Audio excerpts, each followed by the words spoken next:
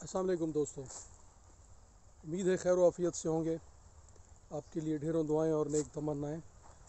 پچھلے دنوں میں نے ایک لینگویجز کے حوالے سے ایک ویڈیو چھوٹی اپلوڈ کی تھی، تو اس میں مختلف لینگویجز کے ریلیشنز، ایک دوسرے کے ساتھ جو رشتے ہیں ان کے بارے میں بتایا تھا۔ تو اس کا اچھا فیڈ بیک آیا، دوستوں نے اسے پسند کیا، تو اسی ریفرنس سے ایک اور ویڈیو آج بنا رہا ہوں۔ تو ایک ہماری بہن فاطمہ خان، تو انہوں نے کہا کہ پشتو میں اس زبان کو ذبح کہتے ہیں۔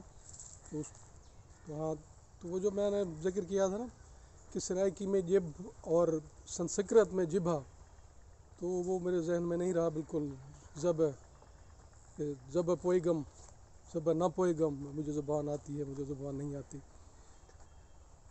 تو آج ایک ایسا انٹرسٹنگ ایک ٹاپک ہے، مطلب ہمارے بہت سے جو سینئر جو یوٹیوبرز ہیں، جب ایک دوسرے سے ملتے ہیں، جو پروفیشنل حضرات، کہ کتنے ڈالر کمائے، تو ڈالر کا اوریجن کیا ہے؟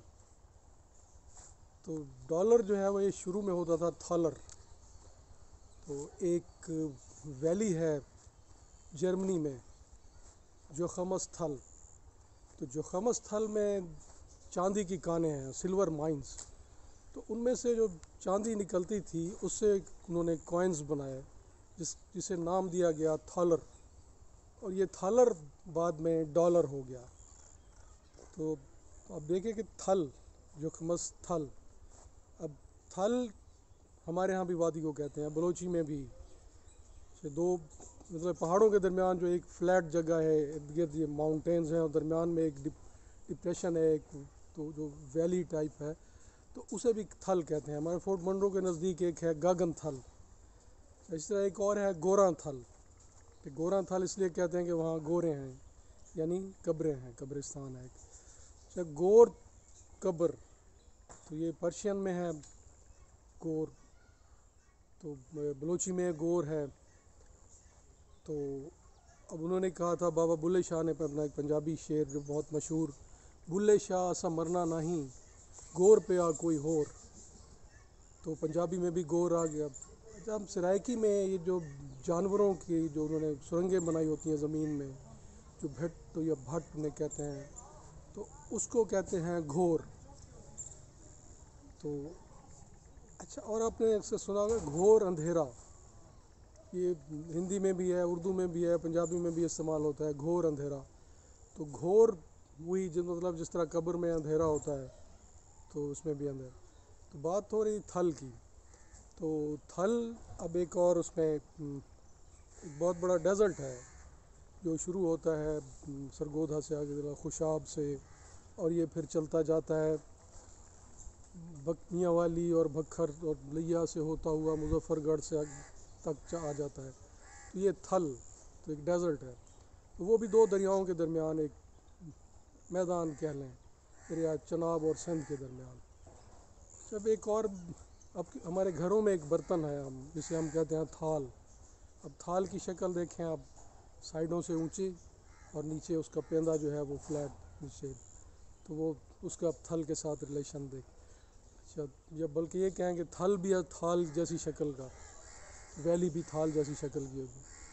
اور ایک ہوتا ہے ہندی میں تال، جھیل کو کہتے ہیں تال، لیک، نینی تال ہے وہ۔ اس میں ایک کہانی ہے کہ پاروتی جی کا دیہانت ہو گیا، تو شیو جی بہت جذبات میں آئے، تو انہیں اٹھایا اور بہت زور سے انہوں نے نٹ ناگر ہے نا، وہ انہوں نے رقص کیا، اور انہیں جو پھینکا اس کے پرزے پرزے ہو گئے، تو جہاں ان کے نین گرے وہاں جھیلیں بن گئی، تو نینی تال وہ ان کی وجہ سے ہوئی۔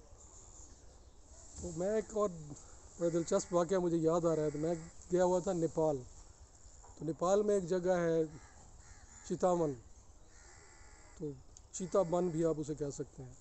تو نیشنل پارک ہے، وہاں جنگل ہے، مختلف قسم کے جانور ہوتے ہیں، بہت خوبصورت جگہ ہے، اور اس میں اگر آپ جائیں تو ترائی میں ہے وہ، تو وہاں بہت آپ کو مزہ آنے گا۔